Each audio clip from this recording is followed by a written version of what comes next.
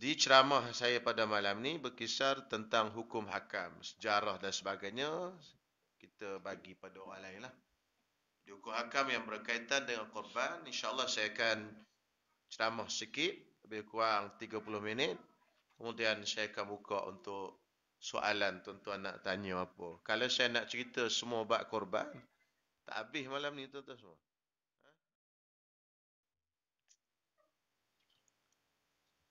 Assalamualaikum warahmatullahi wabarakatuh.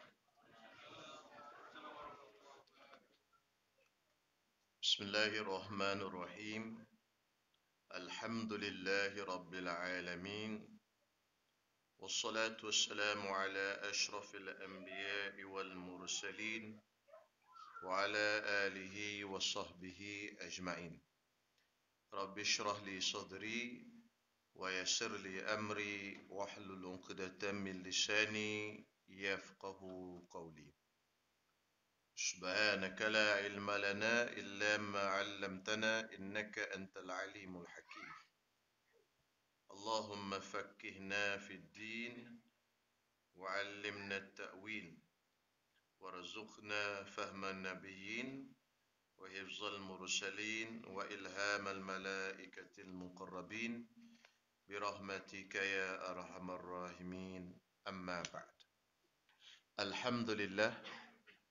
Segala puji dan syukur kita rafakkan kehadrat Allah Subhanahu wa taala. Pada malam ni dapat kita bersama dalam surau ini untuk kita membincangkan satu ibadat yang khusus yang akan kita lakukan pada hari raya Aidil Adha nanti dan juga pada hari-hari tasyrik. Itulah ibadat kurban. Orang Melayu panggil kurban. Kurban ni daripada bahasa Arab. Kurban maksudnya mendekatkan diri kepada Allah Ta'ala. Dalam kitab fiqh dia panggil udhiyah. Dalam Quran dia panggil kurban. إِذْ قَرَّبَ قُرْبَانًا فَتُقُبِّلَ مِنْ أَحَدِهِمَا وَلَمْ يُتَقَبَّلْ مِنَ الْآخَرِ. Ketika mana Qabil dan Habil berkorban dan Allah Ta'ala terima salah seorang daripada mereka dan tidak terima salah seorang yang lain. Oleh kerana korban yang kita nak lakukan ini adalah satu ibadat, maka dia ada undang-undang dia. Dan dia ada disiplin dia. Dia bukan boleh kita buat ikut suka kita. Bukan kita boleh buat ikut orang buat. Orang dulu-dulu dah buat macam tu. Tak semestinya apa yang orang dulu-dulu buat itu betul belaka. Jadi kita kena check lah. Kita kena semak. Kadang-kadang tersilap satu je. Tersilap satu je. Silap satu benda je. Dan kesilapan itu dibawa ke generasi seterusnya. Sampailah kepada kita hari ini. Jadi kita tak perasan benda tu. Itulah kita kena sentiasa selidik dan kita sentiasa belajar dan buka kitab. Adakah benda yang kita buat itu betul atau salah? Jadi ceramah saya pada malam ni berkisar tentang hukum hakam, sejarah dan sebagainya. Kita bagi pada orang lain lah. Di hukum hakam yang berkaitan dengan korban, insyaAllah saya akan ceramah sikit, lebih kurang 30 minit. Kemudian saya akan buka untuk soalan tuan-tuan nak tanya apa. Kalau saya nak cerita semua bab korban, tak habis malam ni tuan-tuan semua. Biasanya orang buat daurah 2 hari, berturut-turut 2 hari. Itu pun tak habis. Mana pagi setengah hari, sambung petang lagi, sama malam lagi, 2 hari. Baru habis bab korban. Kita nak buat malam ni sejam, boleh tuan-tuan semua. Kan? Itu bukan maraton. Itu tak tahu tonton apa, tak tahu. Baik, kita akan cerita dulu sebagai asas. Sebagai asasnya korban, hukum korban dalam mazhab kita Imam Syafi'i adalah sunnat muakkadah dan sunnat kifayah. 2. Sunnat muakkadah dan sunnat kifayah. Apa makna sunnat muakkadah? Itu sunnat yang tidak pernah ditinggal oleh Nabi SAW. Itu dipanggil sunnatun muakkadatun. Kalau sunnat tapi Nabi pernah tinggal, itu dia panggil sunnat ghairu muakkadah, bukan muakkad. Sebagai misal tuan-tuan semua, sunat qabliyah subuh itu sunat muakkadah. Nabi SAW tak pernah tinggal. Kalau sunat sebelum asar itu ghairu muakkadah. Ada riwayat Nabi tinggalkan sunat itu. Dalam hidup Nabi ada Nabi tak semayang. Sama dengan korban, diriwayatkan Nabi SAW tak pernah tinggalkan korban. Oleh kerana Nabi tak pernah tinggalkan korban, ulama hukumkan dia dengan sunat muakkadah. Kenapa tak wajib? Kerana Sayyidina Abu Bakar dan Sayyidina Umar tak buat korban. Kenapa Sayyidina Abu Bakar dan Sayyidina Umar tak buat korban? Supaya nak bagi ilmu pada masyarakat. Pasal Nabi duk buat tiap-tiap tahun. Takut masyarakat kemudian duk faham, korban ni wajib. Lalu Sayyidina Abu Bakar dan Sayyidina Umar tak buat. Jadi bila Sayyidina Abu Bakar dan Sayyidina Umar tak buat, sahabat besar paling rapat dengan Nabi SAW tak buat. Jadi sahabat pun fahamlah. Oh, rupanya tak wajib. Walaupun Nabi buat tiap-tiap tahun tapi tak wajib. Kalau benda wajib, takkanlah Sayyidina Abu Bakar dan Sayyidina Umar tinggalkan. Jadi perbuatan sahabat ni ada hikmah dia. Bukan dia buat tu saja-saja nak sampaikan hukum. Sebagai misal, bunyi apa ni? Telefon saya ke telefon siapa? Sebagai misal, tuan-tuan semua, Sayyidina Ali minum air berdiri. Pernah Sayyidina Ali minum air berdiri. Kenapa Sayyidina Ali minum air berdiri? Sebab Sayyidina Ali nak bagi tahu kat sahabat, kat orang yang ada pada zaman dia, bahawasanya minum air berdiri ini tak haram. Walaupun Nabi SAW minum air duduk. Jadi takut orang faham minum air berdiri ini haram. Jadi Sayyidina Ali pun minumlah air berdiri. Itu tujuannya untuk sampaikan hukum. Jadi inilah yang dibuat oleh para sahabat. Tujuan mereka adalah untuk sampaikan hukum. Sunnat muakkadah. Dengan makna siapa yang tak buat korban dan dia mampu. Dia ada duit yang lebih untuk hari raya dan hari tasyrik. Dia ada duit lebih untuk hari raya dan hari tasyrik. Lebih tu tuan-tuan semua. Bukan lebih sepanjang tahun. Lebih daripada hari raya Idul Adha dan hari tasyrik 11, 12, 13. Untuk makan selama 4 hari ni ada lebih. Dan duit lebih tu boleh beli lembu korban sebahagian. Ataupun kambing korban sebahagian. 1 ekor. Kambing tak boleh sebahagian lah. 1 ekor. Maka orang yang tak buat korban tu makruh. Lawan pada sunat makruh. Jadi tuan-tuan nak tahu tuan-tuan ni makruh ke tak makruh hari raya nanti tengok ah. Tuan-tuan tengok duit dalam bank. Tengok dalam bank Tengok hari raya makan berapa ringgit? Tuan-tuan makan berapa ringgit hari raya? 300. Berat benar tuan-tuan ni makan 300. Pasal apa tunggu sangat? Tutup senang telefon. Power. 300 satu hari. Tak apalah, kuat tuan-tuan makan. 300. Tutup bunyi lagi. Bukan saya dah ni. Orang lain dah ni. Ke mana? Telefon tu ke? Sambung ke sini. Nanti tengok. Baik. Jadi, kata hari raya, berapa yang dia perlu untuk hari raya? 300 katakan. Hari raya, hari tasyrik, 3 hari, berapa? Tapi 300 ni besar sangatlah. Contohlah katalah. Keluarga dia jenis makan besar. 300, 300, 300. 1,200. Untuk 4 hari tu, 1,200. Dia tengok dalam bank dia. Ada duit 10,000. Bermakna nak beli lembu sebahagian 600 boleh. 600, 700 kan sekarang. Orang ni makruh tak buat korban. Bukan nak kira mampu. Saya tak mampu. Yalah nak tentukan mampu tak mampu tu macam mana? Itu tentukan mampu tak mampu.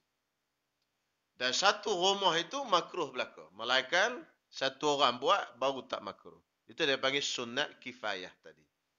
Sunat muakkadah dan sunat kifayah. Maksudnya kalau satu rumah, satu orang pun tak buat.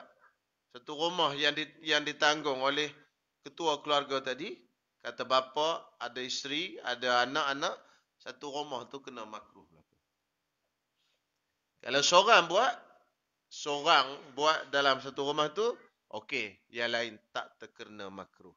Tapi bukan yang lain dapat pahala, seorang tu je dapat pahala. Lepas tu tuan-tuan jangan silap faham. Tak apalah satu rumah satu, semua dapat pahala. Tak, pahala tak dapat. Pahala orang yang buat tu lah dapatnya. Cuma tak kena makruh.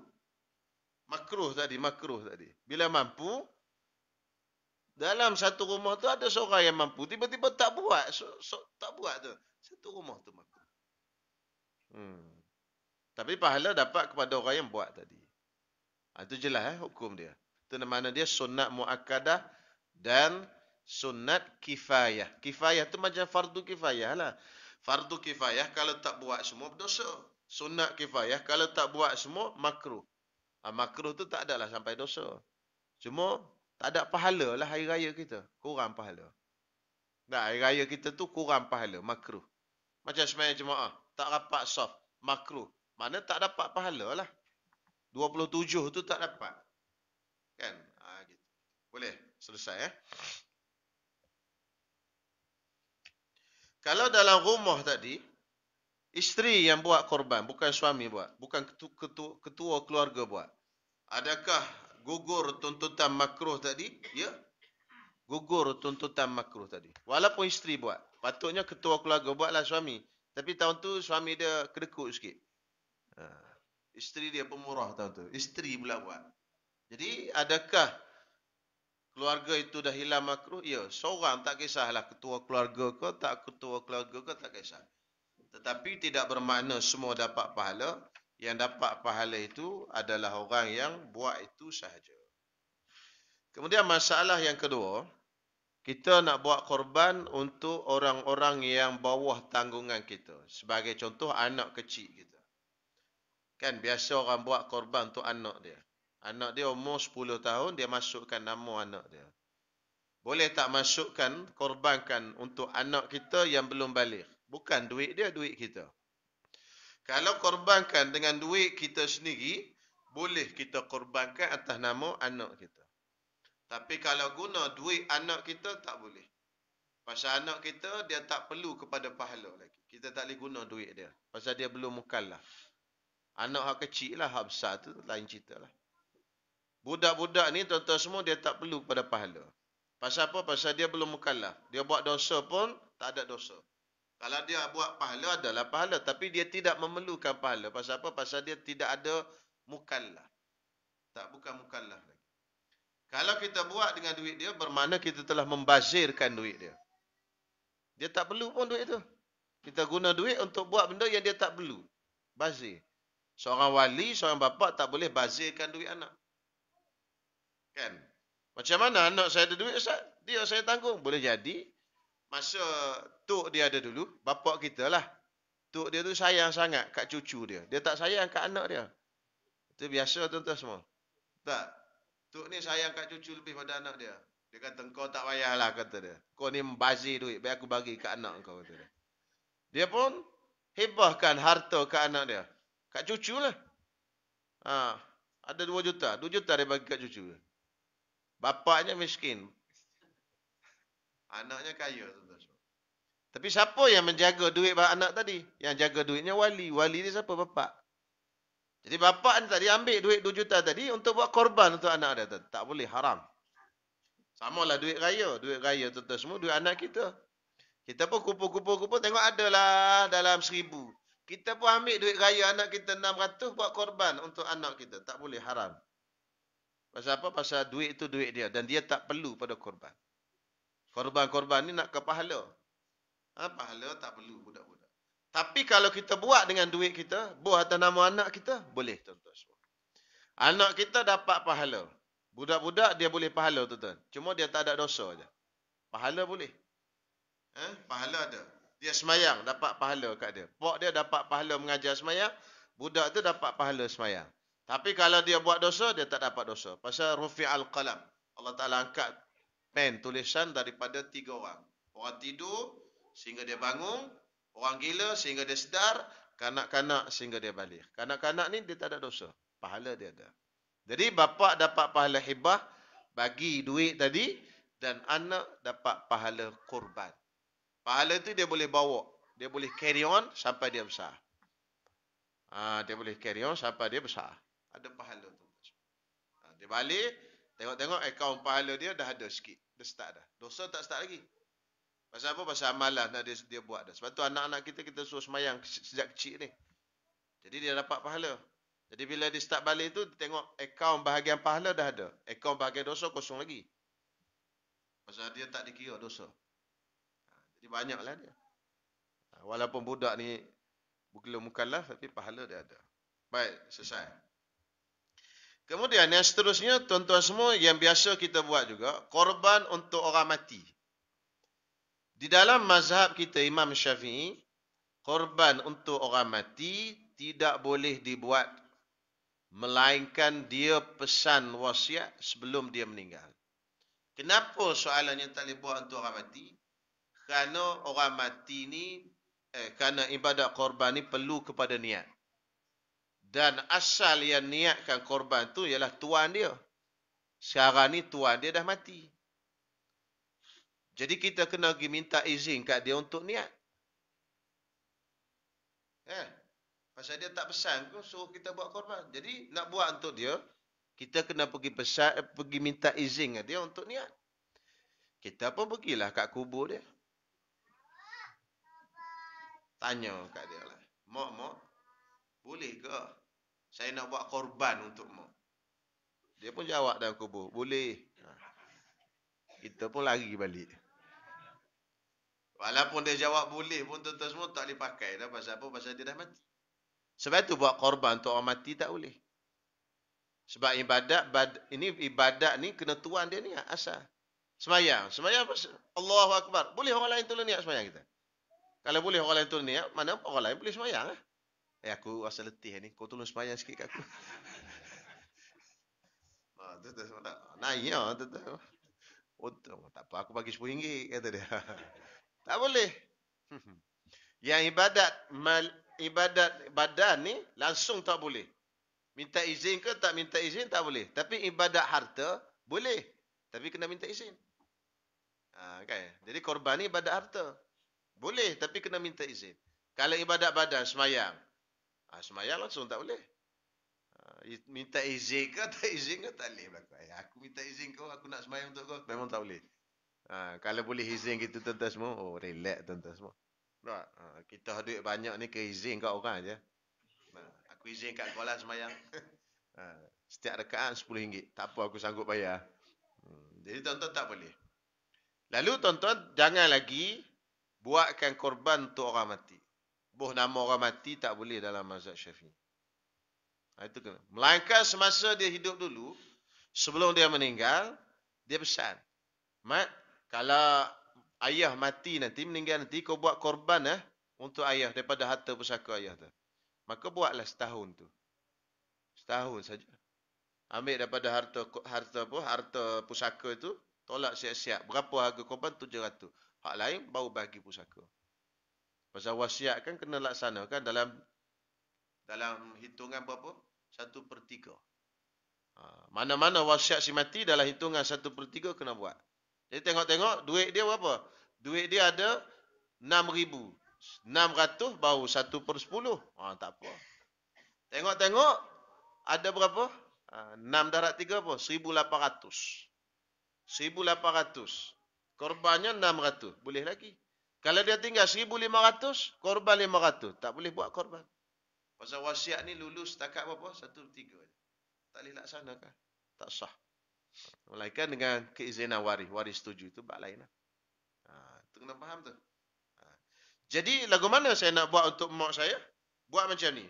Buh nama tuan-tuan semua. Buh 2 bahagian. Satu bahagian untuk tuan-tuan. Khusus untuk tuan-tuan. Satu bahagian lagi nama tuan-tuan juga. Tuan-tuan kongsikan pahala dia untuk orang mati. Boleh. Macam kita baca Quran. Dapat pahala untuk kita. Dan kita hadiahkan. Kongsikan pahala itu untuk si mati. Tuan-tuan baca Yasin. Tuan-tuan baca La ilaha illallah tahlil malam Jumaat. Malam ni lah kan. Sepatutnya. Tuan-tuan hadiahkan pahala. Itu boleh. Tapi pahala itu asal dapat kat kita. Tapi kongsikan pahala. Jadi tuan-tuan buat. nama korban tu tuan-tuan nama, tapi niat dalam hati kongsikan pahala tu untuk si mati. Tuan-tuan yang dapat pahala. Jadi tak boleh kita buh nama orang mati dalam mazhab Syafi'i. Kalau nak buh juga kena taklid mazhab lain lah. Mazhab Hanafi. Mazhab Hanafi dia kata boleh. Jadi terpulanglah tuan-tuan semua. Cuma saya cerita malam ni dengan mazhab Syafi'i. Mazhab Syafi'i tak boleh. Jadi saya galakkan tuan-tuan semua ikut mazhab kita lah supaya tak berlapis-lapis bertindan-tindan mazhab. Mazhab Syafi'i tak boleh. Tidak sah korban untuk orang hidup. Orang mati sama, tak sah. Orang hidup pun sama, tak sah. Korban untuk orang hidup, melainkan dengan keizinan dia. Katalah, saya nak buat korban. Saya nak buat korban kat taman saya, BBS 2A. Saya rasa sayang kat Tuan Haji Kamarul. Sayang sungguh lah. Hai. Saya pun buh nama dia. Tak bagi tahu kat dia. Semelih lah. Ada nama dia seorang. Tujuan sayanya nak ikhlas. Kan? Supaya tidak timbul riak. Buat betul-betul. Tuan dia tak tahu. Tak jadi korban untuk dia. Bahagian tu jadi bahagian apa? Bahagian jadi sembelihan biasa saja. Sebab apa? Sebab tuan dia tak ada keizinan. Tuan dia tak serahkan niat. Jadi saya tak boleh buat untuk orang lain. Sama macam orang mati tadi. Tak boleh kita buat pasal tuan dia tak bagi izin kat kita. Jadi konsepnya kena bagi izin. Ibadat ni kena bagi izin. Ibadat harta. Sama bayar zakat fitrah. Hak anak kita dah besar. Kan? Dia dah bekerja umur 20 dah. Kita nak bayar zakat fitrah untuk dia. Itu ibadat harta. Tuan-tuan pergi jumpa Amin, bayar je. Tak boleh, tak sah. Pasal apa? Pasal itu ibadat harta. Tuan-tuan kena minta izin dulu. Ini kena ingat ni. Zakat fitrah. Bulan Ramadan tahun depan pula lah jumpa. Pasal anak kita yang dah besar bukan tanggungan kita dah. Tanggungan ni yang belum bekerja, yang kecil. 25 dah umur dia. Walaupun dia tak bekerja, di umur kita bukan tanggungan kita. Tak wajib kita tanggung dah. Walaupun kita tanggung, itu ihsan kita je. Pasal dah anak kan. Tapi bukan tanggungan kita. Tapi bila kita nak bayar kutuk dia, kita kena minta izin. Sama kes dengan korban ni. Ibadat harta. Sama juga. Anak perempuan. Cuma ada mazhab yang kata anak perempuan tu sampai menikah. Tapi kalau mazhab Syafi'i, tak. Sampai dia kerja, boleh kerja. Kalau dia dah kerja, tak lah. Kata dia umur 21, dah kerja kan. Ada duit. Tak tanggung kita dah lah. Kan. Cuma ada satu mazhab kata sampai menikah. Mazhab kita tak. Sampai dia ada duit. Tak ditanggung oleh kita dah lah. Jadi kalau nak suruh kita bayar, kita minta izin. Boleh ayah bayar. Okey, sama okey korban. Pasal dia panggil ibadat harta. Ibadat guna duit. Guna harta. Baik, seterusnya tuan-tuan semua, syarat sah korban.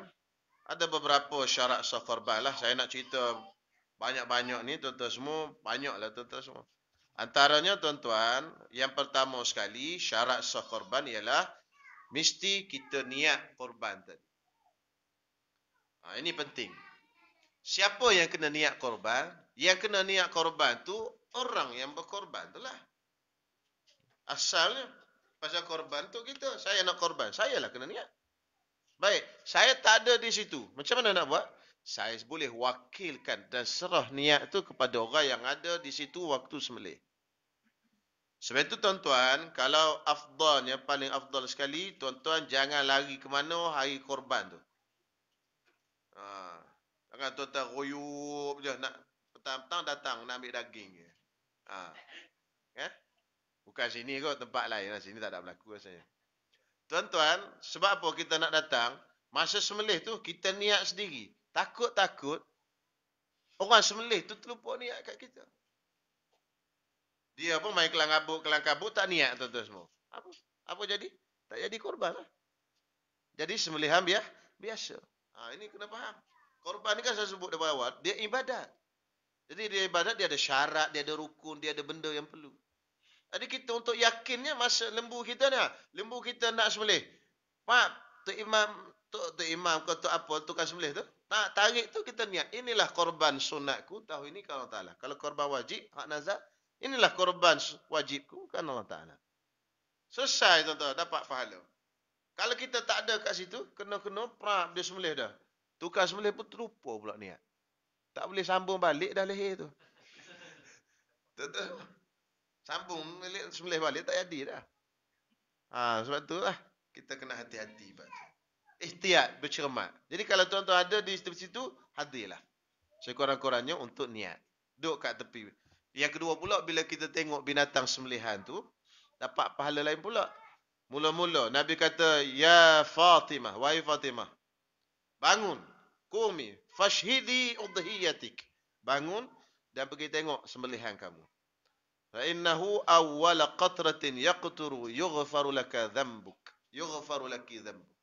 Sesungguhnya, titisan darah yang pertama yang kau tengok itu akan diampunkan dosa kamu. Sebab tu sunat kita tengok tu, tengok darah menitik tu. Sekiranya kita tak ada gerung lah. Tak ada mabuk darah dan sebagainya. Kalau mabuk darah tak usah lah. Kan? Duk tebing, orang Kelantan kata, duk gagah-gagah nak tengok juga. Dia mabuk darah, pergi juga. Dia pula pensiun atas lembu tu. Kan tak? Tengok tu. Ada orang lain pula pensiun atas lembu. Sunat tengok sembelihan.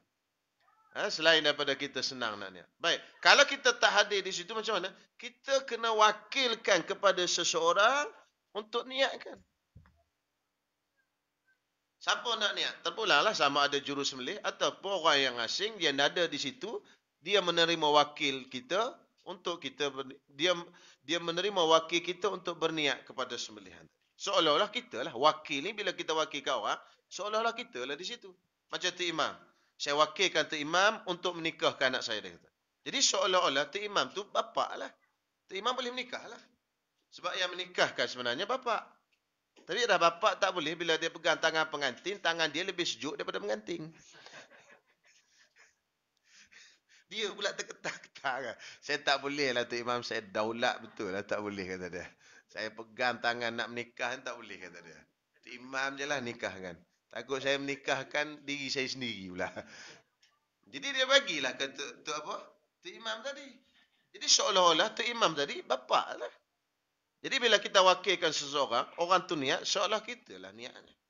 Tetapi kalaulah yang wakil tadi, yang menerima wakil tadi, dia tak niat, maka tak jadilah. Itu bagi orang yang menerima wakil ni kena hati-hati. AJK pengurusan korban, kena tentukan siapa nak niat ni. Tukar sembelih ke niat, AJK lain ke niat. Dan sebelum daripada itu, kita kena selesaikan dulu borang itu. Masyarakat tu terus tulis dalam borang itu, so cakap, saya wakilkan kepada AJK Surau ataupun siapa tuan untuk melaksanakan korban saya dan niat. Dan niat kena sebut tu. Dia dah wakil kat kita lah. Kalau tidak, tuan-tuan semua, kita niat tanpa izin, tanpa wakil daripada dia, tak jadi juga. Macam niat untuk orang mati tadi. Dia tak bagi izin pun kat kita, kita pergi niat. Nampak isu dia tadi? Isu pertama tadi. Dia tak bagi izin kat kita, kita pergi niatkan. Tak boleh lah, dia kena bagi izin. Bagi izin tu nama wakil. Bahasa Arab ni. Dia kena bagi izin. Kita niat saja tak boleh. Ini antara benda-benda yang kita kena betul lah. Kena tentukan ni, ramai-ramai ni siapa nak niat. Duk main, duk ramai-ramai. Allah takbir, tak ada siapa niat tu. Semua takbir belakang. Siapa niat? Habis tak tahu. Seekor lembu tu jadi daging biasa. Boleh jelas ni. Dan masa peserta tu, mesti dia kena wakilkan dulu niat. Kalau dia tak wakil, kita niat. Tak wakil, tak boleh juga. Macam orang mati tadi lah. Tu. Niat. Satu baik. Jadi apa niatnya? Niatnya, kalau kita sendiri, inilah korban aku, korban sunat aku pada tahun ini. Atau, aku sembelih binatang ini sebagai korban. Kalau kita sembelih sendiri. Dan macam-macam lah bentuk niat. Itu mudahnya. Inilah korban sunatku pada tahun ini. Sudah. Kalau sunat. Kalau hak nazar ke, inilah korban wajibku tahun ini. Kan Allah Ta'ala. Tak masuk tahun ini pun tak apa. Kan tak? Inilah korban wajibku, kan Allah Ta'ala.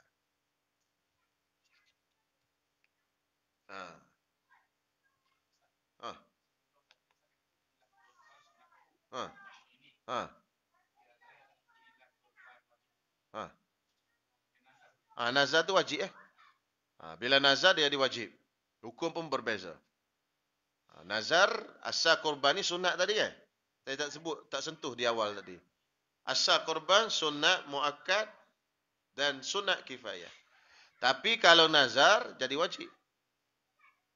Jadi bila jadi wajib, hukumnya berbeza. Antaranya ialah daging korban itu tak boleh dimakan oleh tuan korban dan tanggungan dia. Isteri dia, tanggungan dia tak boleh makan. Anak-anak dia, tanggungan dia tak boleh makan. Tak boleh makan. Okey? Ayah dia boleh makan pasal bukan tanggungan dia. Kita tengok orang tanggungan je tak boleh makan. Nazar, korban nazar. Macam mana jadi nazar? Ada dua keadaan. Pertama, dia menazar. Okay. Tahun ini aku menazar nak korban. Maka dia korban lah. Itu nak korban nazar. Ataupun lembu dia. Aku jadikan lembu ini korban tahun ini. Itu pun kira nazar juga. Tapi ini tak berlaku lah kita di Kuala Lumpur ni. Pasal kita tak bela lembu. Dah, orang kampung-kampung dia bela lembu, bela kambing. Dia kata, orang tanya ni, kambing apa ni? Ni kambing nak buat korban. Jadi wajib dah kambing tu. Hati-hati kena ajar orang kampung. Jangan ada sebut macam tu. Nak buat apa kambing ni? Kambing ni aku nak buat korban. Tak boleh. Jadi wajib dah korban. Tak boleh makan sikit pun daging tu. Lalu nak jawab macam mana? Kambing ni aku nak sembelih hari raya korban. Tak apa. Nak sembelih hari raya korban. Kalau kata kambing ni aku nak buat korban. Tak boleh. Itu biasa. Nak jawab tu kena tahu. Silap jawab. Tapi kita nasib baiklah untuk Kuala Lumpur tak ada bela lembu kambing. Tak susah kita. Nak ajar jawab pun tak tahu. Orang pula suka bertanya. Orang Melayu kita kan suka tanya. Jemur kain? Memanglah jemur kain. Tanya pula jemur kain. Pula ada pula kita jawab. Basuh kereta. Itu biasa masyarakat kita. Jadi kita tengok kambing. Dia tahu dah kambing tu lembu nak buat korban. Dia tanya pula. Nak buat apa? Kita pula jawab. Nak buat korban. Habis. Jadi korban wajib. Kita tak boleh makan sekeping pun daging. Tu kena ingat tu. Dia jadi korban nazar. Ya. Tempoh masa macam mana?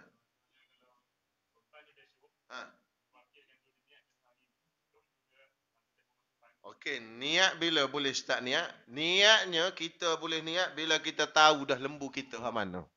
Boleh ya? Paling awal situ. Paling lastnya sebelum lembu itu diputuskan lehernya. Kalau dah putus halkum dan mari tak boleh niat. Yang afdal niatnya masa sembelih. Masa tu tengah sembelih tu niat. Itu afdal. Kalau dah putus habis tak boleh niat. Kalau agak-agak tu imam tukar sembelih ni dia laju sangat habis dah. Tak ada niat kita. Okay. Kita niat awal sikit Masa duk kumpul ramai-ramai tu niat terus. Biasa kalau kita buat di sini gitu kita niat awal. Wakil tu niat. Ini dia sebut nama peserta-peserta tu sebut dia belum niat lagi. Peganglah kertas kejap. Niatlah nanti inilah korban si bulan. Kan Allah Taala. Kan? Siapa yang bertanggungjawab niat tu? Yang menerima wakil daripada peserta,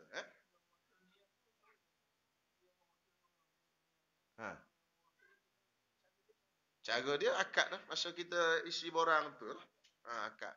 Dan mazhab kita kena berlafaz. Ni isi borang. Kita tulislah kat bawah tu. Masa dia nak bagi kat kita tu, dia bacalah. Saya wakilkan kat awak, kat tuan, untuk belikan binatang korban saya. Dan uruskan binatang korban saya. Dan niatkan binatang korban saya. Dan uruskan binatang korban. Mana urus tu mana? Urus pembahagian daging dan sebagainya. Sebab daging korban tu siapa punya sebenarnya? Saya nak tanya tuan-tuan semua ramai-ramai. Daging korban ni siapa punya? Sudahlah. Tuan-tuan tahu tak daging korban tu siapa punya? Peserta tu punya. 100% dia punya. Maka kita tak boleh nak urus kalau dia tak wakilkan. AJK seorang tak boleh. AJK hanya menolong. Tolong uruskan dia. Sebab tu dia boleh berkuasa atas apa-apa daging dia. Dia kata saya nak seekor bahagian saya semua saya nak semua. Boleh. Cuma kita ada hak lah. Kalau tuan nak buat begitu, buat korban tempat lain lah. Gitu. Dia ada hak juga untuk bahagian dia dan kita ada hak untuk menolak. Pasal kita menolong kan. Dan kita mestilah nak ambil sebahagian untuk bagi kat orang. Cuma kita ada hak lah tak nak tolong dia. Kita ni menolong dia je. Patutnya dia buat sendiri macam kat Kelantan. Buat sendiri. Boleh urus sendiri. Tapi dah di Kuala Lumpur ni masyarakatnya minta tolong surau. Jadi kita tolong. Dia pula nak kerah-kerah dengan kita. Tak apalah, minta maaf saya tak nak tolong. Tuan-tuan pergi buat korban empat lain. Dan buat tempat lain lah. Ha, memang hukumnya dia punya. 100%. Dan dia lah kena bahagikan. Dan kita tak boleh nak ambil bahagiannya. Cuma tuan-tuan semua kita bagilah. Di sini kami biasa buat begini. Bukan letak syarat, tak boleh letak syarat. Tak boleh paksa orang bagi. Cuma di sini kami biasa buat begini. Kalau setuju, tak apalah, bolehlah. Kami tolong. Kalau tak setuju, kami tak boleh nak tolong lah. Cik kena buat tempat lain lah. Gitu je lah. Pasal asal korban ni sendiri buat. Yang masjid buat ni adalah sebagai bantuan saja. Okey? Seterusnya. Binatang korban ni, bila binatang korban yang wajib, dia tak boleh dimakan oleh tuan dia. Saya sebut tadi. Kalau binatang korban sunat, dia boleh dimakan oleh tuan dia sebanyak mungkin.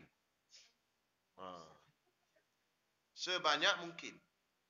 Kalau seekor kambing, sebanyak mungkin. Melainkan, dia kena keluarkan zakat untuk diberikan kepada orang fakir. Saya panggil zakat lah, mudah faham. Mana kadar yang wajib?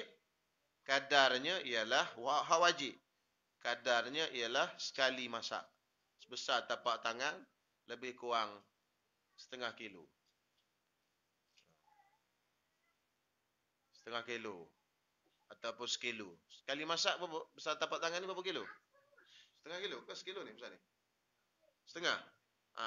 Mana seorang makan. Seorang yang biasa lah. Mana orang biasa makan. Sekali makan masak. Itu kadar yang wajib. Disedekahkan di tempat sembelihan itu. Tak boleh pindah tu. Kalau sembelih di sinilah itu hak wajib tu. Hak wajib keluar zakat. Macam zakat tak boleh dipindahkan. Kalau harta di Selangor, zakat kena keluar di Selangor. Kan? Gitu contohnya. Itu macam zakat korban lah. Sembelih di sini, itu bahagian wajib tu, itu. Yang lebih lagi, tuan-tuan nak makan semua pun boleh. Cuma tak dapat pahala besar lah. Pahala besarnya, besar sikit pada tu pahala, bagi 3. Satu bahagian sedekah, satu bahagian sedekah, satu bahagian lagi hadiah pada orang kaya. Satu bahagian kita ambil. Kan? Lagi besar lagi pahala, bagi semua. Kita ambil hati je. Hati lembu tu kita ambil, hatu je kita goreng-goreng, masak, kita makan hatu. Hal lain semua kita bagi ke orang. Itu lagi afdal. Tapi yang wajibnya itu je. Itu kadar tu. Kalau ada orang datang, saya nak semua, saya nak bagi hak wajib je. Tapi surau kita buat bagi berapa kilo bagi? 3 kilo. 3 lebih kurang kan? Kita buat 3. Kalau dia buat macam tu, dia kata, saya nak semua pasal hukum gitu. Oh tak dengar ke Ustaz cakap hukum gitu? Boleh. Tak apa lah. Tapi saya tak nak tolong lah. Pergi tempat lain. Gitu je lah. Memang hukum gitu. Tapi kita ni menolong dia. Kita boleh menolak. Tak ada masalah. Sebenarnya korban kita buat di surau adalah konsep dia kena faham. Konsep dia surau menolong orang yang nak korban. Bukannya surau ni mencari orang nak korban. Dia nak buat korban, dia tak nak buat sendiri. Malah, payah. Kalau buat sendiri, mak hukum 4 tak habis. Betul tak tuan-tuan? Nak lapah kambing tu. Pada besar mana kambing? Baru tengah hari, baru habis kulit baru. Tu tak potong lagi tu. Jadi surau cuma tolong je, permudahkan. Kalau di Kelantan begitu tuan-tuan semua. Saya orang Kelantan. Kita beli lembu, 7 orang. 7 tu buat. Kalau kena jenis seekor lembu tu kan? Seorang je lelaki, 6 tu perempuan belakang tuan-tuan. Allah. Kumpak tak habis lagi tuan-tuan semua. Ini cerita, ada orang Kelantan ni. Ramai. Itu cerita dia. Itu asalnya. Kita pula. Dia pula tak ada suami pula. Kalau ada suami pula, suami pemalas pula kan. Kita lah seorang. Sebab tu kalau di Kelantan, biasanya orang tanya dulu, ni siapa masuk bagian ni? Laki. Tahan lah. Saya masuk lah. Ni apa masuk? Laki, perempuan pun. Tak boleh. Letih.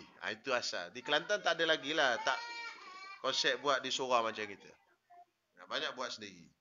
Okey, baik. Seterusnya, seminit lagi nak habis.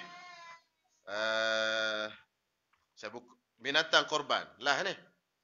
Binatang yang boleh buat korban ada 3 jenis asalnya. Unta, lembu dan kambing. Termasuk dalam kategori lembu ialah kerbau. Termasuk dalam kategori kambing itu biri-biri. Jadi berapa? Unta, lembu, kerbau, biri-biri, kambing. 5 lah. Jadi semua binatang ni ada usia dia. Jadi tuan-tuan, sebelum tuan-tuan beli kambing, beli biri-biri, beli lembu, beli unta nak buat korban, tuan-tuan kena cek usia lembu. Kalau tuan-tuan dah menerima wakil, bila ada orang peserta kata saya wakilkan, maknanya itu adalah amanah. Jadi tuan-tuan yang AJK ni kena cek lah. Jadi lembu, usia dia ialah 2 tahun. Mesti usia 2 tahun. Kalau lembu tu ada suak beranak, tengok tahun. 2 tahun. Kalau kambing, tengok kalau kambing biasa, kambing ni lah, kambing bukan biri-biri, umur dia sama. Sama dengan lembu, 2 tahun juga. Kalau biri-biri, umur dia setahun, setahun kena. Masuk hari tahun kedua. Walaupun 1 hari masuk tahun kedua, dah memadai dah. Oleh kerana masyarakat kita ni tak ada suak beranak lembu. Lembu tak ada suak beranak, kambing pun tak ada suak beranak.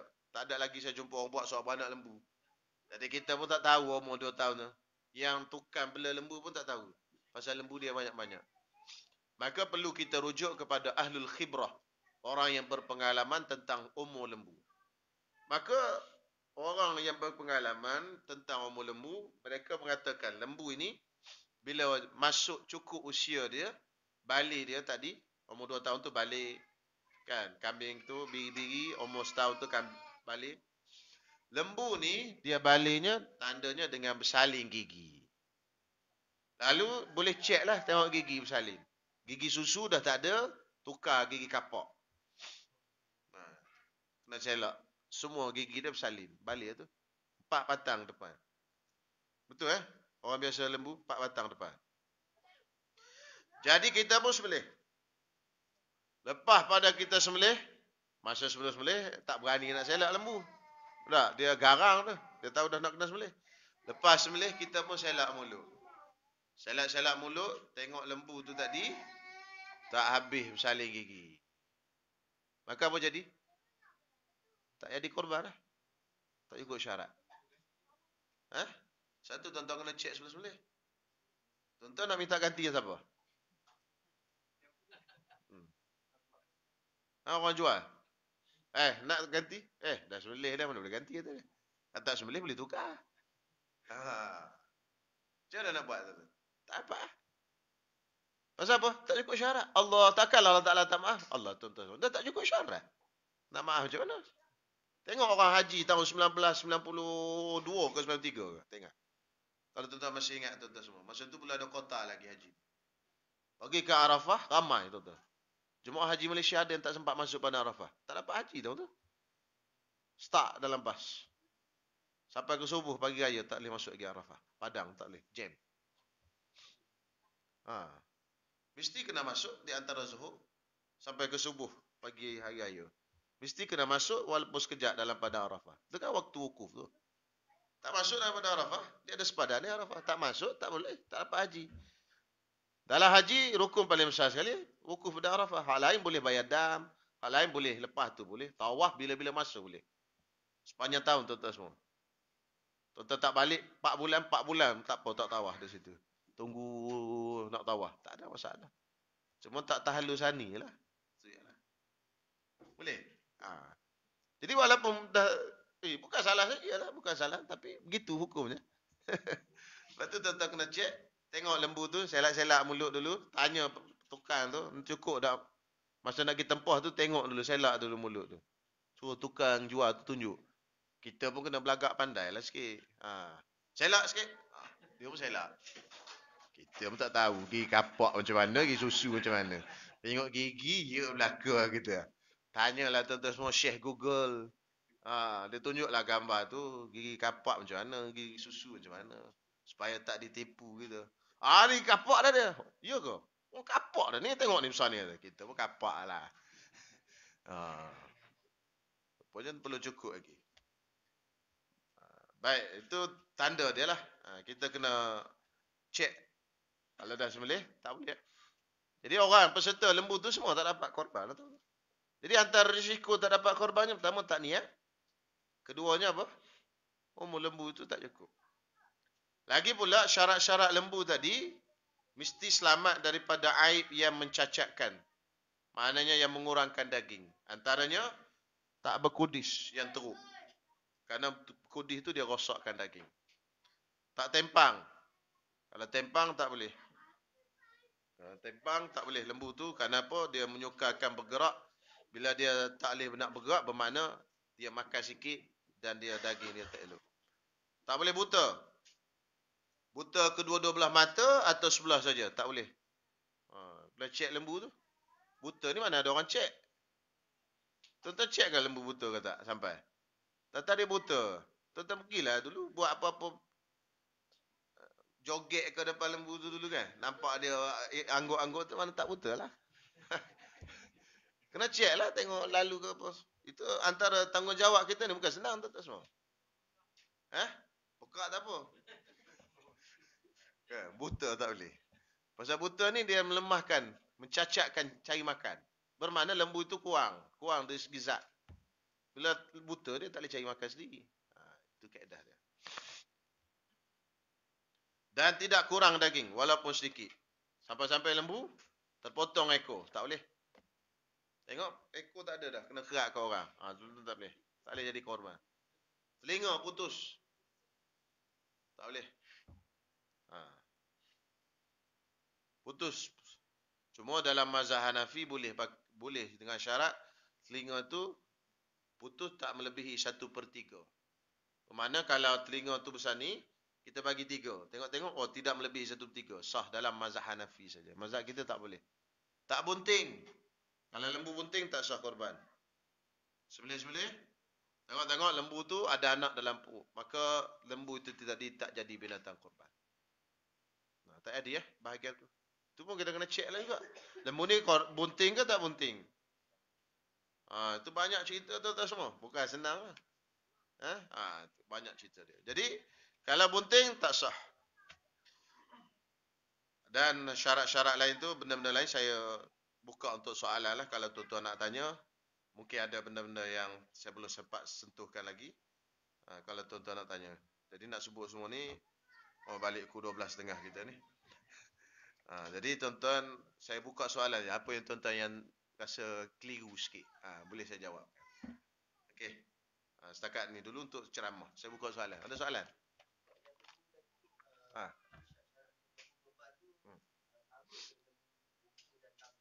Sama semua. Semua. Asal binatang korban gitulah syarat. Unta ke, kambing ke. Mana unta pun kalau ekor dia tak boleh terpotong. Kambing pun sama.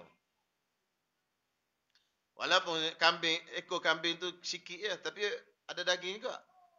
Dan orang boleh masak juga ekor kambing. Cuma biasa orang tak pernah jumpa lah. Orang tak ada jual kat kedai su ekor kambing. Tak ada lah. Seekor lembu tu adalah. Tapi bahagian yang dimakan tak boleh hilang. Bahagian yang tak dimakan tak apa. Tanduk. Hilang. Tak apa. Sebab tak ada orang makan tanduk. Kan? Okey. Kalau kasih. Kasih tau kasih. Potong dia punya kemaluan. Boleh tak makan? Padahal kemaluan makan. Boleh tak dibuat korban? Padahal kemaluan ni salah satu daripada daging yang orang makan. Jadi ulama kata boleh. Pasal potong kemaluan tadi, kasih tadi, dia menjadikan lembu itu gemuk. Jadi dia boleh di-cover dengan gemuk. Kasih itu tujuan apa? Untuk gemuk kan? Jadi oleh kerana kasih itu hilang sikit, tapi bertambah dengan gemuk dia, kasih boleh. Lembu kasih boleh. Boleh, lembu kasih boleh. Walaupun hilang daging tu. Dan boleh mengkasihkan lembu dan binatang-binatang yang dimakan dagingnya. Binatang yang tak dimakan dagingnya haram. Kucing kita kasih itu haram. Pasal tak ada tujuan apa. Tujuan tak bagi beranak. Siapa suruh bela? Kan? Tuhan tak suruh pun kita bela kucing. Tak ada arahan perintah. Kau belalah kucing tak. Kita sendiri nak bela. Bela boleh lah. Tiba-tiba dia nak beranak, kita marah pula. Mana boleh. Tapi kalau daging binatang yang daging dia makan lembu, kambing apa semua, boleh kasih. Sebab tujuan untuk bagi gemuk. Dia nak isi dia tu. Jadi lembu, kalau kucing kasih tujuan tak bagi anak je. Itu tak boleh. Dia pun umat macam kita juga, nak anak juga. Ya. Yeah.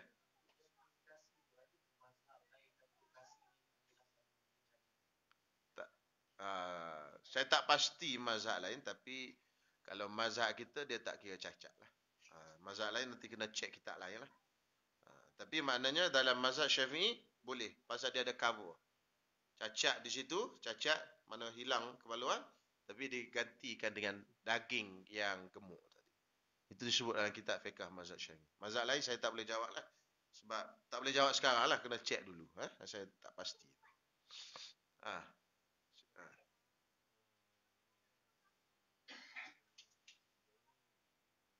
Hmm.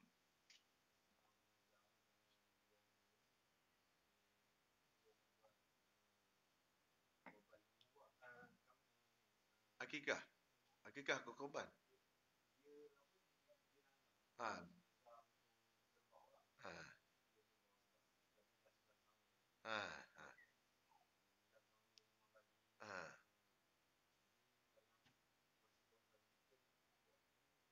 Ha. Okey. Pertama dulu nak kena tahu nazar tu dah sah ke belum lagi. Sebab ramai orang sebut nazar. Tapi kadang-kadang belum nazar lagi. Pertama nazar itu akad kita dengan Allah. Akad kita dengan Allah. Kalau jual beli akad kita manusia dengan manusia. Saya jual, saya beli. Nazar dia termasuk akad kita dengan Allah. Setiap akad dia kena ada lafaz. Betul tak? Jual beli kena ada. Saya jual, saya beli. Cuma hari ni je orang tak buat macam tu. Pasal dah sukar kan, orang pun tak faham. Kalau pergi kat Giant pun kita sebut, saya beli, cakap dengan cashier tu, saya beli. Dia senyap dia. Saya beli. Yalah dah beli-belilah kata dia. Dia pun tak faham. Kan?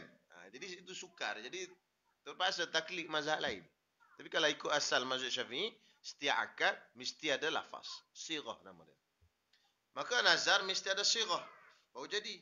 Kalau eh, saya menazar ni nak makan korban. Belum lagi. Dia kena sirah. Saya bernazar kalau dapat anak laki, dapat anak ke, saya nak korban kerbau katakan gitu. Keluar dia mulut jelas kalimah nazar tu ada. Baru jadi nazar. Kalau baru niat dalam hati tak ada nazar lagi. Kalau keluar di mulut dengan lafaz nazar macam tu baru jadi nazar. Okey. Bila sah nazar tadi kita kata kerbau. Maka mengikut ulama apa yang kita tentukan ta'yinkan itulah kena buatnya. Kalau kata kambing, kambing lah. Allah yarham tuan guru saya dulu, tuan guru Haji Abdullah sebut apa? Ada orang bernazar kambing. Kan? Dia pula tak makan kambing, nak pergi tukar dengan biri-biri. Orang Kelantan ni dia ada tak makan kambing, biri dia makan. Dia kita tanya Tok Guru, bolehkah tukar dengan biri-biri? Tok Guru saya jawab dulu, mu tak kenal kambing dengan biri-biri. Dia tanya, dia tanya macam tu. Allah yarham Tok Guru. Jadi faham lah. Maknanya, kalau kebau, kebau lah. Apa yang kita tentukan, kebau. Cuma ada sebahagian ulama yang mengatakan, kalau benda itu kita nazar benda yang rendah, kita nak buat yang lebih baik, boleh. Contoh kita nazar lembu. Kita nazar kambing. Nak buat lembu. Lembu lagi besar pada kambing kan? Itu boleh. Lebih besar tu ada kata setengah ulama kata tak boleh. Hak kita tentu tu. Tapi dalam situasi ni kalau kebau nak tukar lembu, saya rasa tak boleh. Pasal kebau dengan lembu, kebau lagi besar. Kan? Dari segi logiknya tak boleh lah. Dan ada pendapat ulama kata tak boleh tukar pun, besar kecil pun tak boleh. Tapi kalau kebau nak tukar ke unta, boleh lah. Pasal unta lagi besar. Gitu. Gitu. Tak apalah, kita berhutang dengan Allah Ta'ala. Kita, oleh kerana kita dah buat akad dengan Allah Ta'ala itu, kita berhutang lah. Jadi kita kena laksanakan lah. InsyaAllah Allah Ta'ala akan permudahkan urusan kita. InsyaAllah. Ni depan.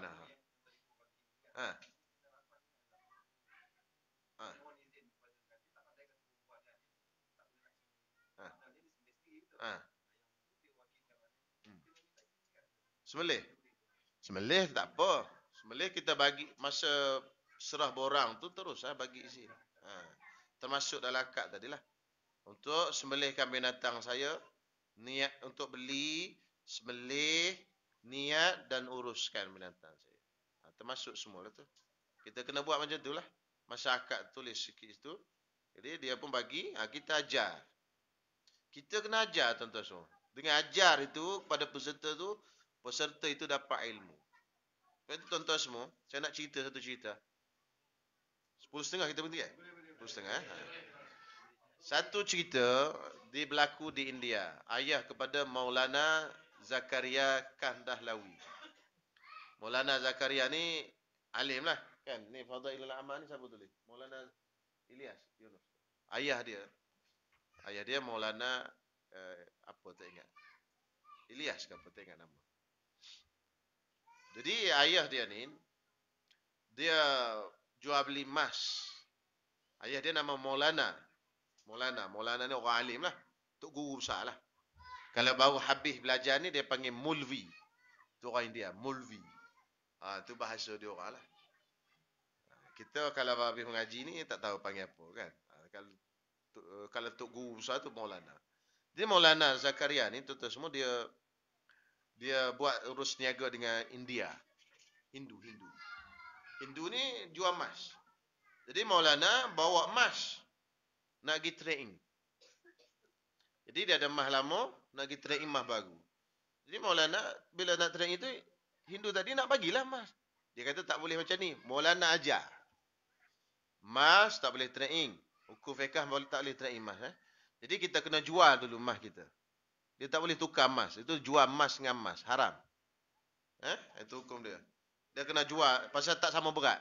Kalau sama berat tak apa. Mestilah yang lama lebih berat daripada yang baru. Gitulah kan trading kan.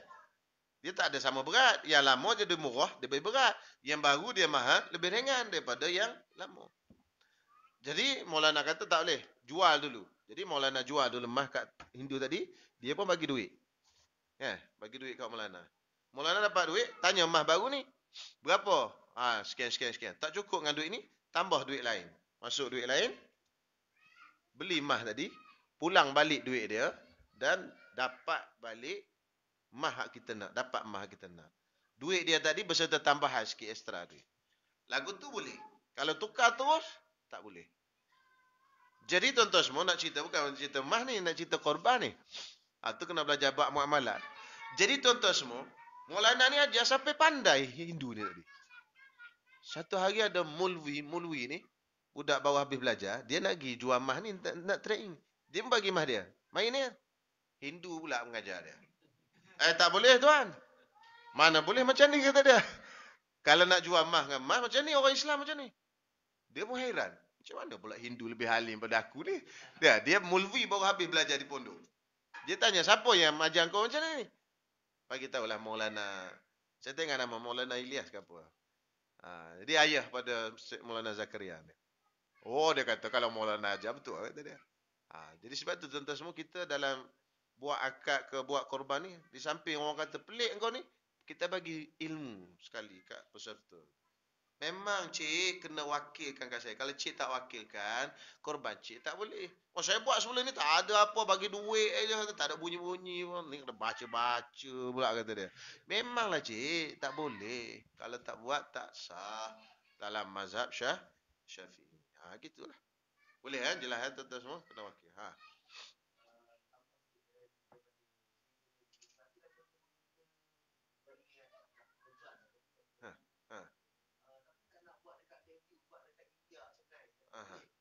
Kita bernazar. Kita nazar tapi tak sebut di mana-mana. Tak ada masalah. Melainkan kita sebut nak korban, saya bernazar nak korban di Lakeview. Pukul. Kalau berpukul pula memang nazar. Sebab tu tuan-tuan semua apa yang kita sebut kena buat. Katalah terlepas pukul. Kena qada. Macam tadi dah terlepas. Kata menazar tahun ni, menazar nak buat korban kebau. Cari-cari korban tak jumpa kebau. Habis dah waktu korbannya. 13 hari Tashrik habis. Masuk hari 14, 15 kena sembelih tak? Memang kena sembelih. Pasal kita dah sebut tahun ini, dia kena korban. Pasal apa? Dia jadi qada. Kalau kita tak sebut tahun mana-mana, tak apa. Dah terlepas tahun ni, kena buat tahun depan. Syaratnya kena buat dalam waktu korban tu lah. Korban kan 10, 11, 12, 13. Tapi kalau kita kata korban tu nak buat tahun ini, maka waktu yang kita dah tetapkan tahun ini, korban ni 10, 11, 12, 13, waktu korban tu dah habis. Kita tak jumpa lagi kerbau. Jumpanya bila? Jumpa bulan Muharram tu. Punya payah nak jumpa korban. Kerbau. Tetap kena sembelih juga. Tapi jadi qada. Qada. Kena qada. Tak jadi tunai lah. Nazar tetap kena laksanakan. Ya tu.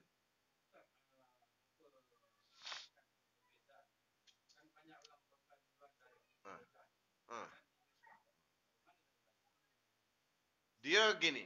Korban luar negara dengan di dalam Malaysia ada kelebihan masing-masing. Di luar negara, kelebihannya daripada segi menolong orang yang susah nak makan daging. Orang yang susah nak jumpa daging dan sebagainya.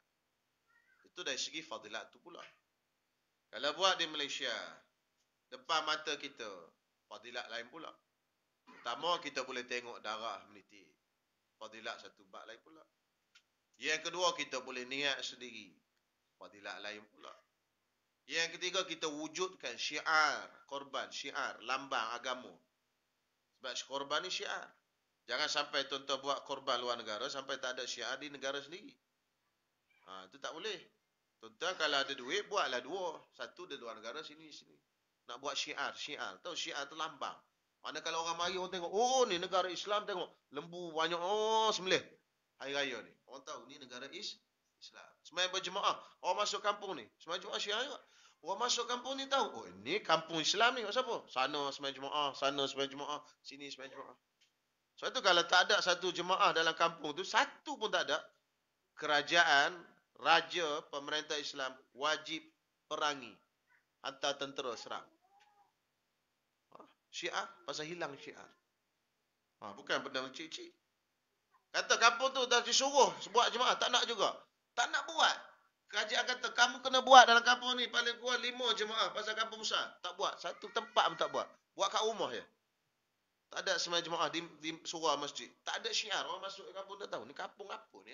Islam ke tak Islam ni? Yalah, nisbah dulu. Sekarang ni kita boleh cek di Syekh Google. Kan? Mana orang kampung tu semua dosa. Dan kerajaan Islam kena hantar amaran. Dan hantar amaran tak dengar juga, hantar tentera serang kampung tu. Orang Islam kena serang? Ya. Sebab dia melanggar syiar Islam. Dia panggil buruh. Pun boleh panggil penderhaka. Kepada kerajaan Islam. Syiar ni penting. Jadi kalau kita buat di Malaysia pun ada jugalah kelebihannya. Di luar pun ada kelebihan masing-masing. Jadi ada kelebihan masing-masing lah. Pilihlah. Jadi saya rasa gini. Kalau kita mampu buat dua-dua. Satu bahagian di Malaysia, satu bahagian di luar. Kan?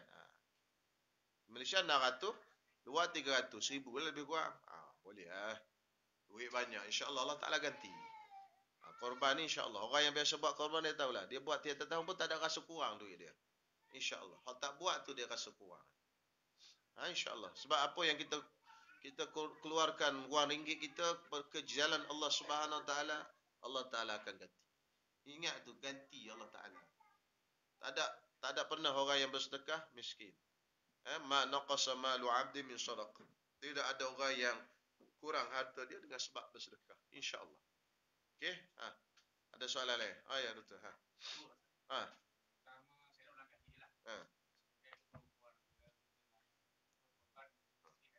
Ya.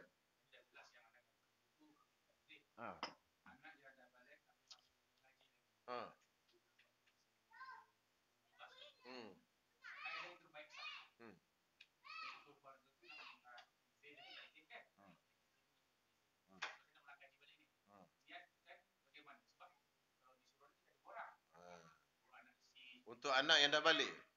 Dah bekerja lah, dah balik. Cuma kita nak buat korban untuk dia. Tak ada masalah. Kalau guna duit kita, dia dah balik. Kalau guna duit kita, bermakna kita buat korban untuk orang lain.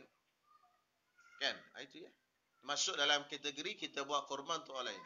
Tadi dah disebut kita buat korban untuk orang lain, syaratnya mesti dapat izin dia. Cakap je lah kat dia. Bang, ayah nak buat korban untuk abang ni. Buatlah. Okey, habislah. Tu je sepatah. Kan? Izin tu keluar di mulut. Nak kena ada keizinan. Walaupun dalam bentuk, dalam hati tu memanglah, abang, ayah nak buat korban. Dia senyap tu rasa macam ada izin dah. Tapi dalam fiqah ni tak boleh pakai lagi macam tu. Dalam mazhab Syafi'i kena cakap keizinan. Depan ko, telefon ko tak ada masalah. Ada ada keizinan lafaz daripada dia. Diam tak setuju tu boleh untuk anak dara saja. Sebab Allah Taala mudahkan, sebab anak dara ni biasanya dia pemalu. Jadi Allah Taala ringankan dalam bab itu kerana biasanya anak dara ni pemalu. Walaupun dia tak cakap tu kira iyalah anak dara dululah. Anak dara sekarang dia bawa balik gambar tunjuk ke pak dia. Pak, saya nak kahwin hak ni. Yang ni juga. Only this. Dah. Itu zaman sekarang. Kan? Betul kan? Betul. Akak-akak semua. Betul betul. Dia orang angguk. Ya, betul. Kedua.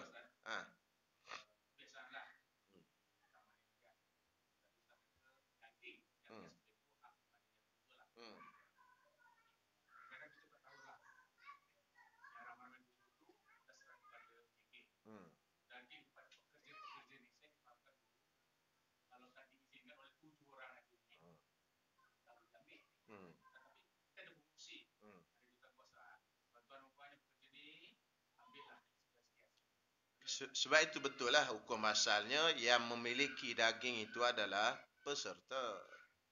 Cuma tadilah saya cakap, kita kan orang datang ramai-ramai ni, ialah kita nak bagi daging juga kat dia orang.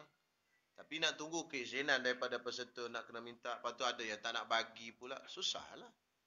Sebab itu saya kata tadi, memang hukumnya asal begitu. Tetapi kalau orang yang jenis cerewet, kita pun ada.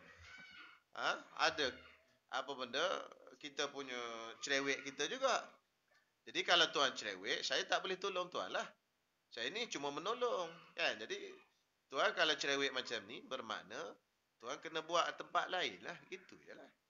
Memanglah hukum. Jadi bila dia setuju dengan sini, dia nak buat macam ni. Kita setuju nak tolong dia. Tak ada masalah lah. Bukanlah letak syarat, cuma perbincangan. Kami biasanya begini, gini. Kalau tuan setuju, okey lah. Kalau tak setuju, kami tak boleh nak tolong. Susah. Bagi pihak kami. Sebab pekerja pun datang, orang yang datang ni kami nak bagi juga. Kalau tuan-tuan pula, tuan kata, tak boleh bagi pasal daging tuan. Nak ambil semua. Jadi, letihlah bagi pihak kami. Sebab tu kami tak sanggup lah nak tolongnya. Jadi, tuan kena buat sendirilah. Gitu. Jadi, maknanya kalau dia pun dah setuju gitu, tak apa. Kita sangguplah terima. Gitu. Memang hukum asalnya begitu. Tapi kita juga ada hak juga untuk menerima dan tak menerima. Itu hak kita. Saya tak nak tolong, tak apa. Kan? Pasal apa? Pasal konsep asal korban tu siapa yang buat? Tuan dia buat sendiri. Kita ni cuma menolong. Tu kena faham tu. Kita ni cuma menolong. Surau ni cuma menolong. Jadi kita menolong atas apa-apa yang kita boleh tolong lah. Maknanya dengan beberapa ketetapan yang kita letakkan. Gitu lah.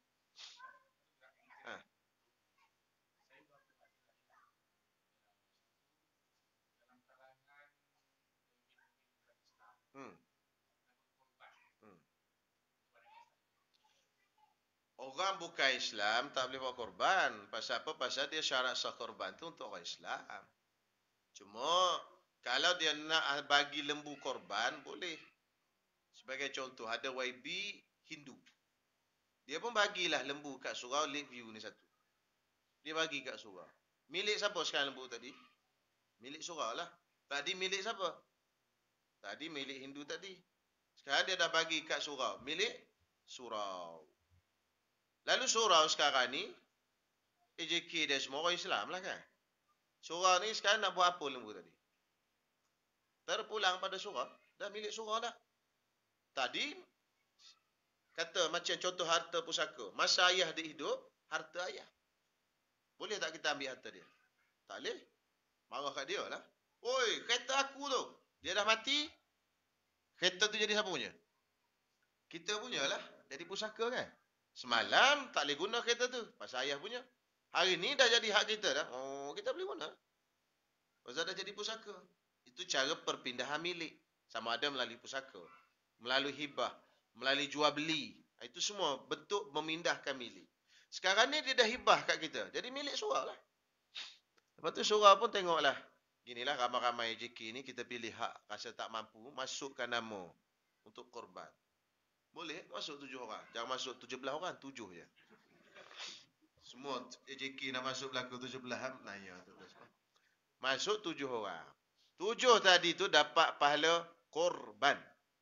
Walaupun satu sen duit pun tak keluar. Pasal korban tu bukannya duit. Korban tu sembelih lembu. Jadi tuan-tuan semua, kalau dia tak keluarkan duit, pahala infak untuk korban tu tak ada lah. Tapi pahala korban dapat. Kalau orang tu beli dan juga sembelih korban, dia dapat pahala infak untuk korban. Infak tu mana beli binatang korban. Dan juga dapat pahala korban. Itu kena faham. Jadi tak semestinya kita beli binatang tu. Kalau ayah kita ada lembu. 2 hari nak raya meninggal ayah kita. Lembu tu jadi siapa punya? Pusaka kan? Kita punya. Lepas tu kita sembelih lembu tu. Dapat pahala korban tak kita? Dapat. Kita keluar duit apa sen lembu tu? Ada keluar duit tak? Tak ada. Tak semestinya keluar duit. Itu kena faham tak semestinya korban tu mengeluarkan duit. Boleh dapat pahala. Jadi kalau siapa-siapa orang kafir nak bagi, ambil je lah. Tuan bawa masuk nama. Kalau rasa tak cukup, masuk nama saya satu. Tu. Ya kak?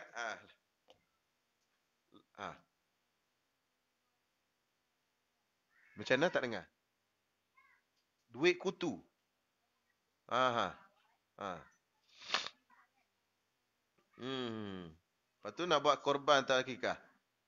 Boleh. Kutu tu, duit kutu. Kita nak tahu dulu, duit kutu yang kita dapat tu, milik kita tu tak? Kalau milik kita, boleh lah.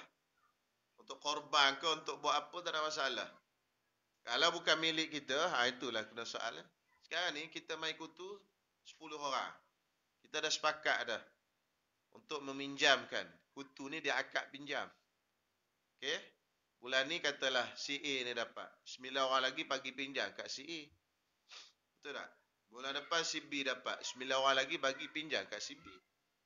Dia akad pinjam. Dia pinjam. Konsep dia pinjam. Pinjam ni, kita bagi pinjam duit.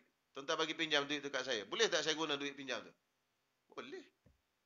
Saya tak ada duit nak korban. Saya pinjam dengan tuan-tuan semua. Boleh tak? Boleh. Tak ada masalah. Sama kutu. Kutu tu pinjam. Jadi boleh. Tak ada masalah. Untuk buat korban dengan duit kutu. Cuma buat korban dengan kutu memang tak sah. Pasal kecil sangat tak boleh nak sembelih.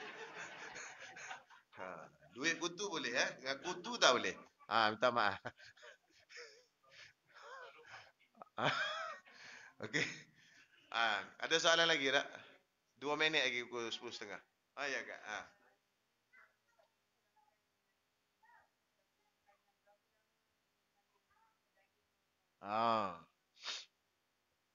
Daging korban pada 1 tahun Nabi larang simpan lebih pada 3 hari.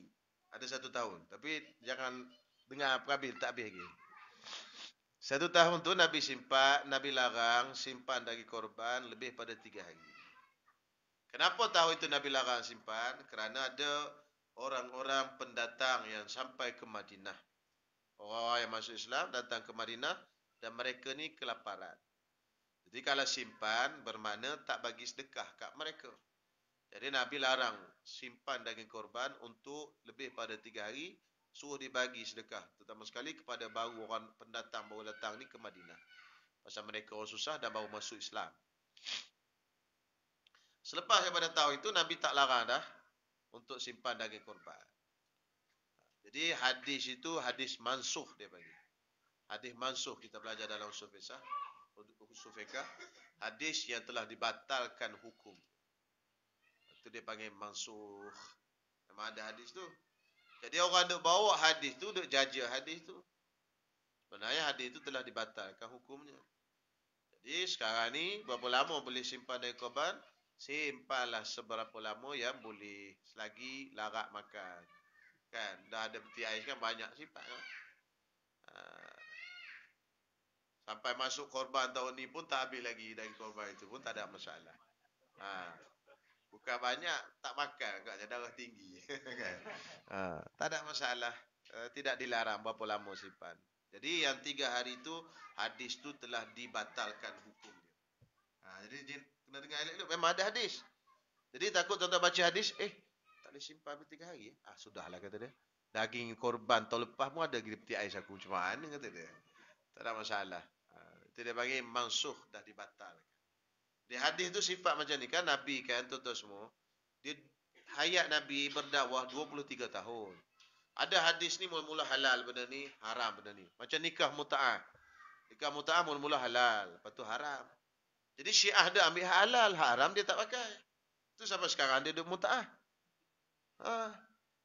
Nikah paling minimal 15 minit. 15 minit dalam mazhab Syiah boleh menikah. Paling minimal. Tu dia panggil muta'ah, kontrak 15 minit habis automatik tercerai. Tu orang suka masuk Syiah tu. Kan? Dalam mazhab Syiah ulama bermuta'ah dengan ulama pahala besar. Bagaimana kadang kata ulama dalam mazhab Syiah tu pagi-pagi hari Jumaat khususnya dah. Buka je pintu rumah, tengok perempuan beratur panjang. Tunggu nak muta'ah. Sampai ke ulama pula kena halau. Halau baliklah, tak larat dia kata dia. Macam tu sekali orang Syiah. Dia punya pegangan di Singapura macam tu. Tu suka masuk Syiah. Pula ada. Benda-benda macam tu. Seronok orang masuk Syiah. Semayang boleh jamak. Okey. Tak ada aku InsyaAllah. Daging korban boleh jual atau tak boleh jual? Daging korban tak boleh dijual oleh peserta korban. Peserta korban tak boleh jual. Dan juga orang kaya yang menerima daging korban tak boleh jual. Boleh jual daging korban ialah orang miskin yang menerima daging korban. Katalah kita ni kan sebahagian tadi kita bagi ke orang miskin. Orang miskin ni pula tak makan daging. Dia makan ikan je. Dia nak jual. Boleh. Pasal ada orang miskin, bila dia dapat daging korban tu, daging korban tadi dah jadi milik dia. Bila jadi milik dia, dia bebas nak buat apa. Peserta tadi tak boleh. Pasal dia yang berkorban, daging korban tadi tak boleh dijual. Oleh peserta. Itu kena faham. Yang mana tak boleh jual tu. Yang tak boleh jual adalah peserta. Dan juga orang yang kaya yang menerima daging korban. Tuan-tuan kena tengoklah diri tuan-tuan tu. Kaya tu bukan kaya pakai Lamborghini. Dah, kaya tu maksudnya ada duit yang cukup untuk makan, minum dan sebagainya. Untuk hidup tuan-tuan semua sepanjang kehidupan ni. Itu dia paling kaya lah. Jadi siapa yang boleh jual? Orang fakir miskin. Mungkin dia dapat daging korban banyak. 25 kilo. Takkan nak makan semua. Dia nak jual. Boleh. Itu boleh. Pasal apa? Pasal daging milik dia dah. Macam mana? Simpan banyak sangat jadi busuk. Dosa ke? Yalah membazir. Masuk dalam kategori membazir lah. Daging yang membazir, makanan membazir, tak boleh lah. Okay.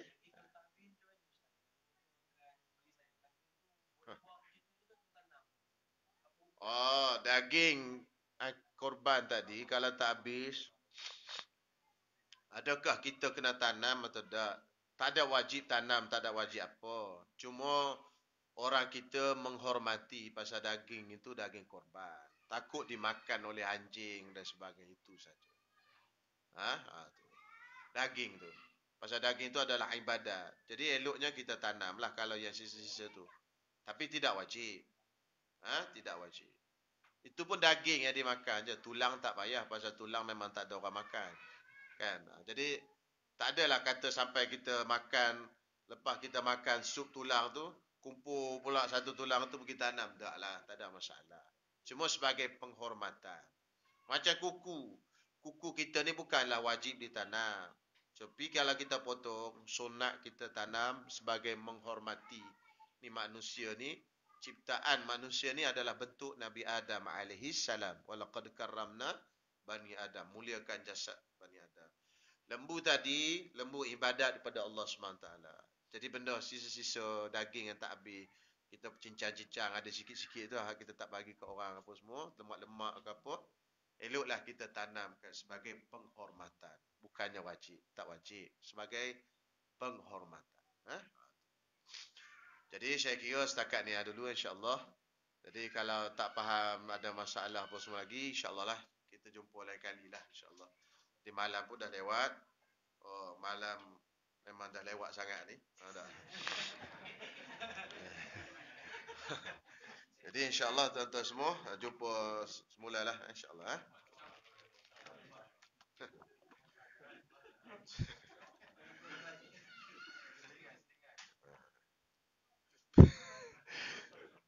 Bismillahirrahmanirrahim. Alhamdulillahirabbil alamin.